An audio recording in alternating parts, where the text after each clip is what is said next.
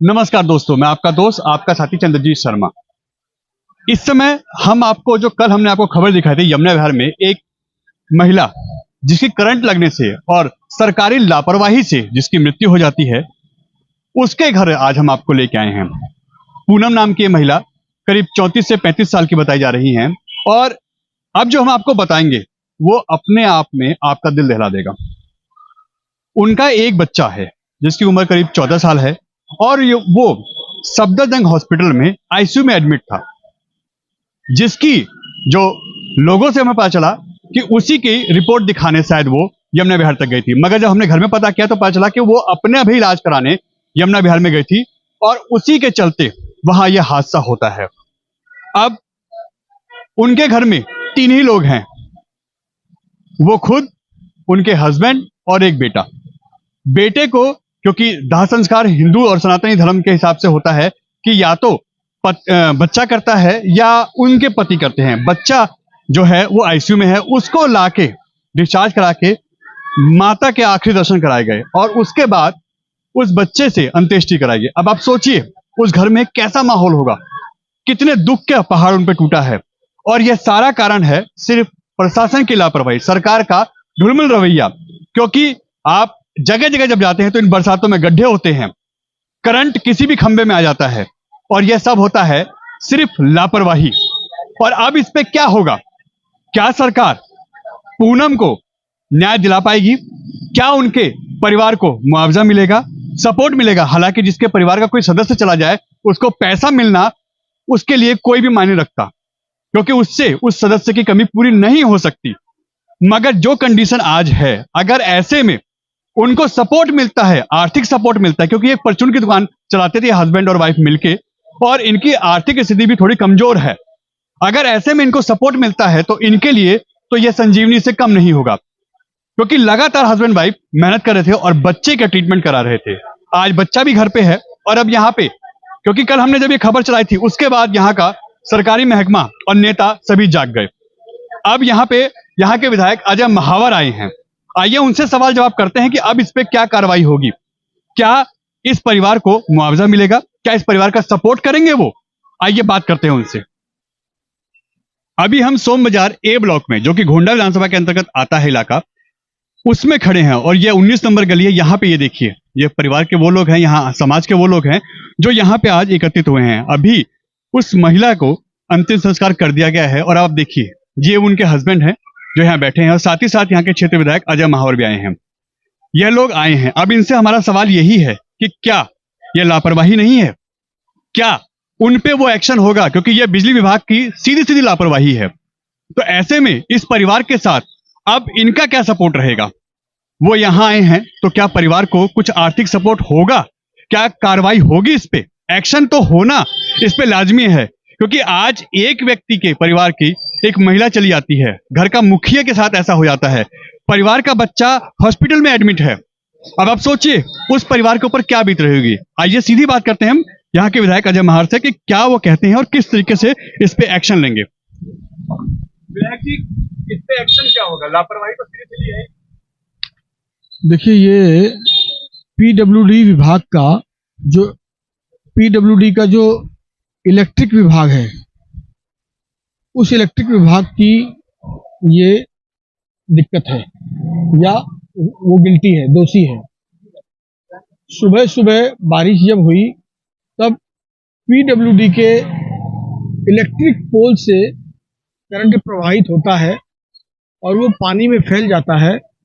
और उस वक्त यहाँ के निवासी रविंद्र जी जो मेरे साथ बैठे हैं, इनकी पत्नी पूनम, वो अपना मॉडल हॉस्पिटल में उसने 8 बजे का समय लिया था, तो 7:30 बजे वहाँ थोड़ा जल्दी पहुँच जाती हैं ताकि जल्दी नंबर उनका आ जाए और आकर वो अपने बच्चे की देखभाल में जा सके। इनका बच्चा थोड़ा मेंटली रिटायर है, काफ़ी दिक्कत में है, उसका भी इलाज चल रहा है, तो जिसके कारण वो परेशान थे। जल्दी जाने के बाद वहाँ पानी था, पानी में उनको मूव करना पड़ा और मूव करने के बाद करंट चूंकि पानी में आ चुका था और करंट ने उनको जकड़ लिया और उनकी तत्काल मृत्यु हो गई। पीडब्ल्यूडी के अधिकारी इसके लिए दोषी हैं, उन पर निश्चित धाराएं लगनी चाहिए और उन पर सख्त कानूनी कार्रवाई होनी चाहिए कि आखिर ये केजरीवाल की सरकार कर क्या रही है। वो जेल में बैठ गए हैं, कोई भी उनका डिपार्टमेंट उनके कंट्रोल में नहीं है। ना दिल्ली जल बोर्ड काम कर पा रहा है, ना पीडब्ल्यूडी काम कर पा रही है, ना बीएसएस काम कर पा रही है, ना परिवहन और अन्य प्रशासनिक विभाग जो होने चाहिए काम कर पा रहा है। पूरी दिल्ली बंधक बनी हुई है, विध्वंस हो रहा है और इस प्रकार से इन घटनाओं को अंजाम दिया जा रहा है। बहुत दुखद घटना है मेरे लिए। मेरे स्थानीय निवासी हैं, यहाँ का प्रत्येक नागरिक मेरे परिवार का हिस्सा है, जिसके कारण मुझे बहुत पीड़ा है। आज मैं अपनी ओर से व्यक्तिगत तौर पर इनकी बच्चा चूंकि बीमार है, इलाज के लिए भी चाहिए और दिक्कत तो है, इनको दिख रही है मुझे। मैं अपनी तरफ से इनको 50,000 का अनुदान करूंगा और नहीं ताली की जरूरत नहीं है, ताली नहीं भाई, 50,000 का अनुदान करूंगा। लेकिन दिल्ली सरकार से और उसके पीडब्ल्यूडी विभाग से मेरी यह प्रार्थना है, रिक्वेस्ट है कि इनको कम से कम 50 लाख का मुआवजा दिया जाए, जो कि उनकी जिंदगी से वो लौट के नहीं आई जिंदगी, लेकिन फिर भी परिवार को मदद मिले। मैं इसकी मांग एलजी साहब से भी करता हूं, मुख्यमंत्री साहब से भी करता हूं और पीडब्ल्यूडी मिनिस्टर से भी करता हूं। साथ ही साथ मैं इसको दिल्ली विधानसभा में भी उठाऊंगा। हमारे निर्दोष नागरिक इन अफसरों के लापरवाही से ना मारे जाएं, आगे किसी की जिंदगी ना चली जाए, इसके लिए जो भी कदम उठाने को कठोर से कठोर हमको उठाने का काम करना है। विधायक जी, सीधी सीधी बात यह है कि आप यहाँ के विधायक हैं, इसको राजनीतिकरण ना किया जाए, जिम्मेदारी आपकी बनती है। क्या लड़ाई इनकी आप लड़ेंगे? नहीं, इसमें राजनीतिकरण की कोई बात ही नहीं है।